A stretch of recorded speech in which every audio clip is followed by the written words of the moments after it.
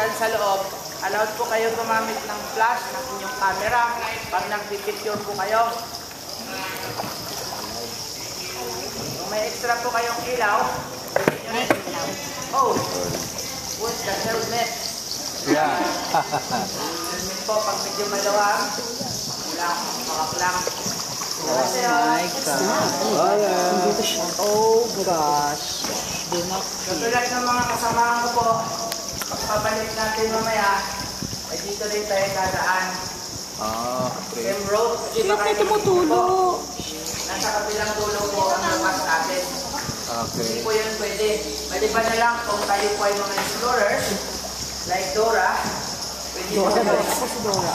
yeah, hanggang dulo. 0.8 kilometers and 200 meters po ito. Kailangan natin ng isang araw para marating ang dulong yun. For the tourists, you can only allow to explore hanggang 1.5 kilometers. And I need 45 minutes po para i-tour kayo dito, ha? Okay. Pwede Yung lumilipat po na yan, ma'am, sir, these are not bats. Kukurin ko lang po dahil baka iisipin nyo na paniki po yan, then you are wrong. It's a bird. Bird. Opo, it's a swallow. It's kind of bird lang. May mga bats din po, kaya lang we know that they are nocturnal. That's why bats are just sleeping right this moment. Mamaya pa po silang gabi, gigising.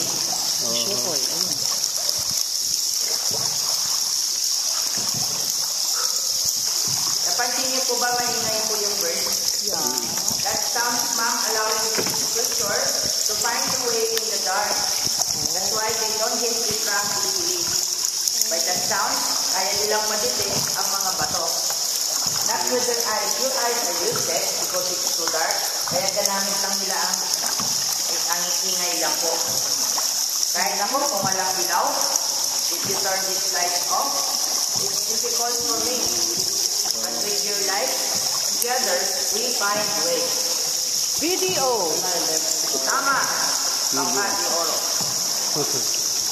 Silang niyo po sa right side, ma'am. Pakilawan niyo po. Dito, right side. Dito tayo dadaan. Taas na konti.